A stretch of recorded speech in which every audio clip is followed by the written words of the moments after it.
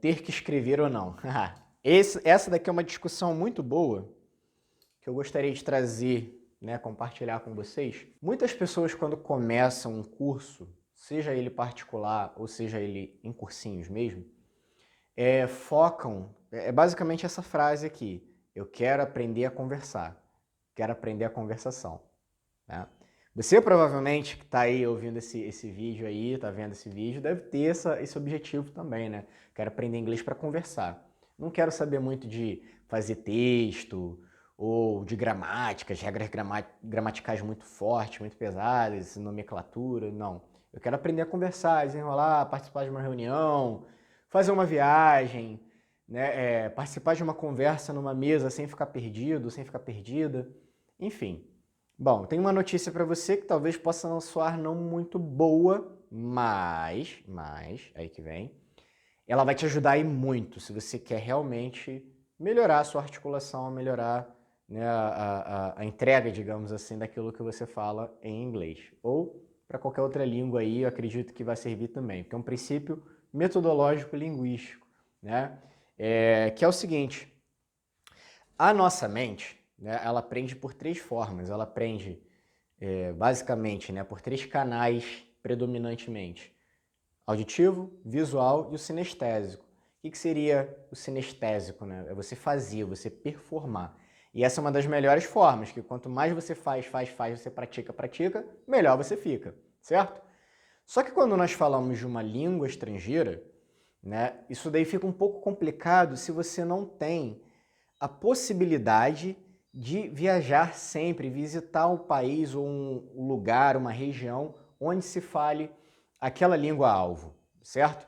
Então, por exemplo, se você está aprendendo inglês e não tem a oportunidade de falar com um gringo ou estar sempre em contato com pessoas que, mesmo que não sejam gringas, falem a língua inglesa, automaticamente vai ficar um pouquinho mais difícil de você contrastar aquilo que você está aprendendo, né? Confrontar aquilo que você está vendo, que é o inglês provavelmente de um livro, ou o inglês do seu professor, né? Que também, quer queira, quer não, é limitado, por mais que ele seja o melhor professor do mundo, ele não sabe de tudo.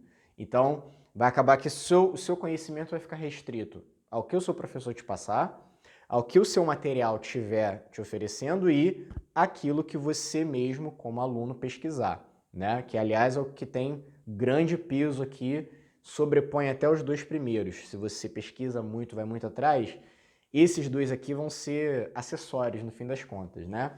Mas eu já vou chegar lá. Ponto é, como você não tem a oportunidade de falar sempre, né, de praticar, e por tentativa e erro, assim como uma criança, assim como um bebê, falar errado e ser corrigido, falar errado e ser corrigido, poder prestar atenção e se corrigir, a chance de fazer isso acaba se reduzindo drasticamente, porque, né, primeiro, ou você não tem esse contato com os estrangeiros ou pessoas que falem a língua ativamente, ou segundo, se você tem, é um contato limitado, né? Na melhor das hipóteses, na hipótese mais rara, na mais difícil, a pessoa realmente viaja sempre para os Estados Unidos ou para a Inglaterra ou para algum país em que se fale a língua.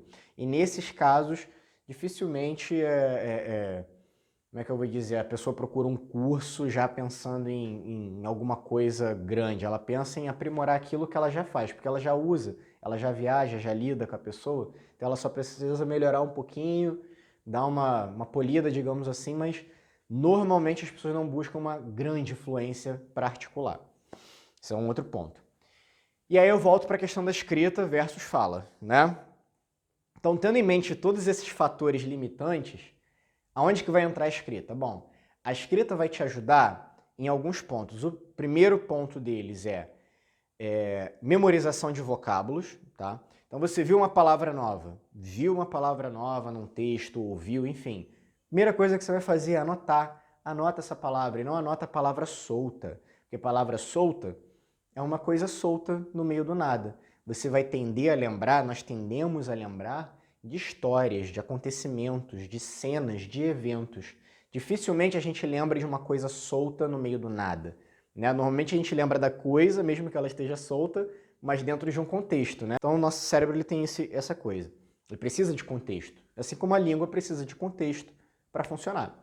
Então, quando eu escrevo, eu tenho que escrever a sentença. Primeiro, antes de tudo.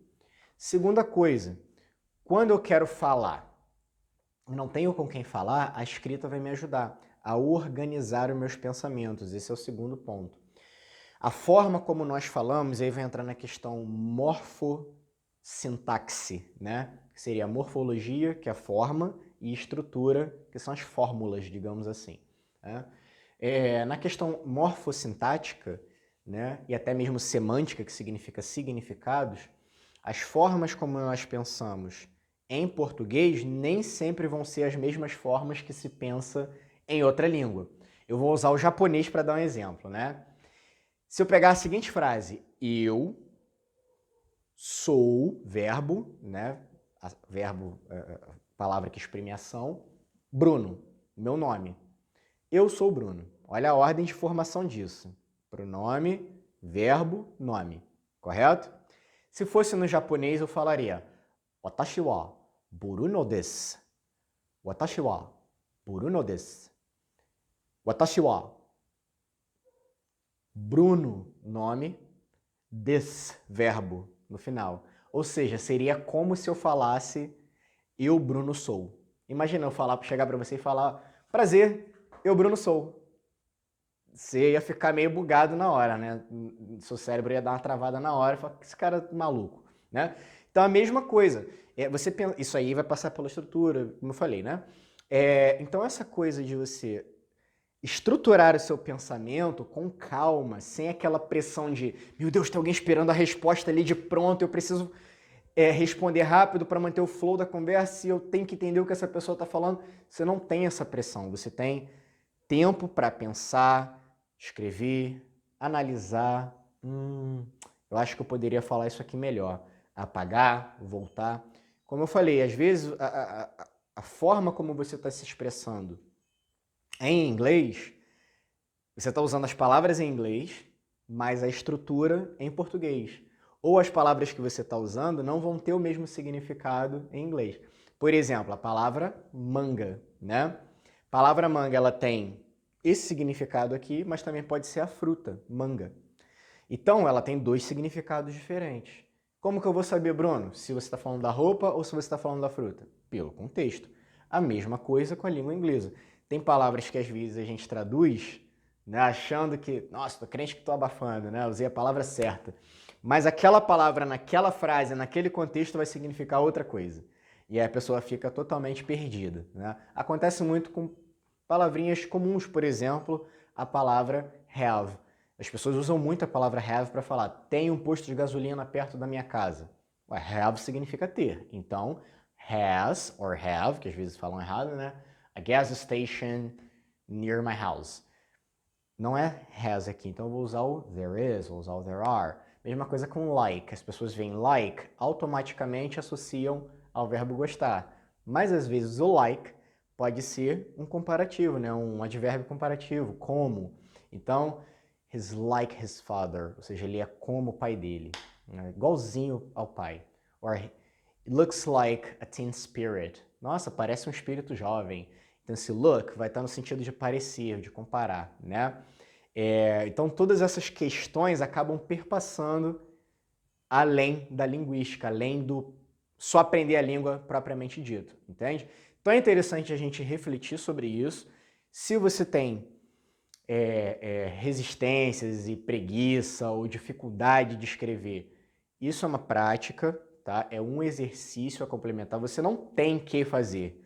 Mas se você fizer, eu tenho certeza que você vai ter resultados, você vai se sentir mais seguro com a língua, você vai ter uma visão mais ampla de como utilizar a língua, porque você vai ver diferentes possibilidades de se entregar a mesma mensagem, de se transmitir a mesma mensagem, né? E você vai expandir o seu vocabulário e vai expandir também a sua sintaxe, digamos assim, né? Ou seja, quantas estruturas eu posso usar para passar a mesma mensagem, digamos assim, né?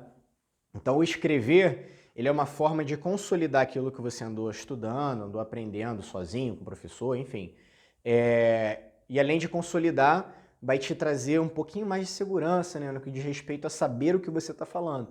Porque em grande parte da insegurança das pessoas quanto a um segundo idioma é justamente de, primeiro, se fazer entendido, segundo, de entender certo, né? E terceiro, conseguir responder rápido o suficiente, digamos assim. Né? Conseguir responder de uma maneira pronta, de uma maneira sem ter que pensar muito, né? De uma maneira um pouco mais ágil, para que a comunicação flua de uma maneira mais natural, né?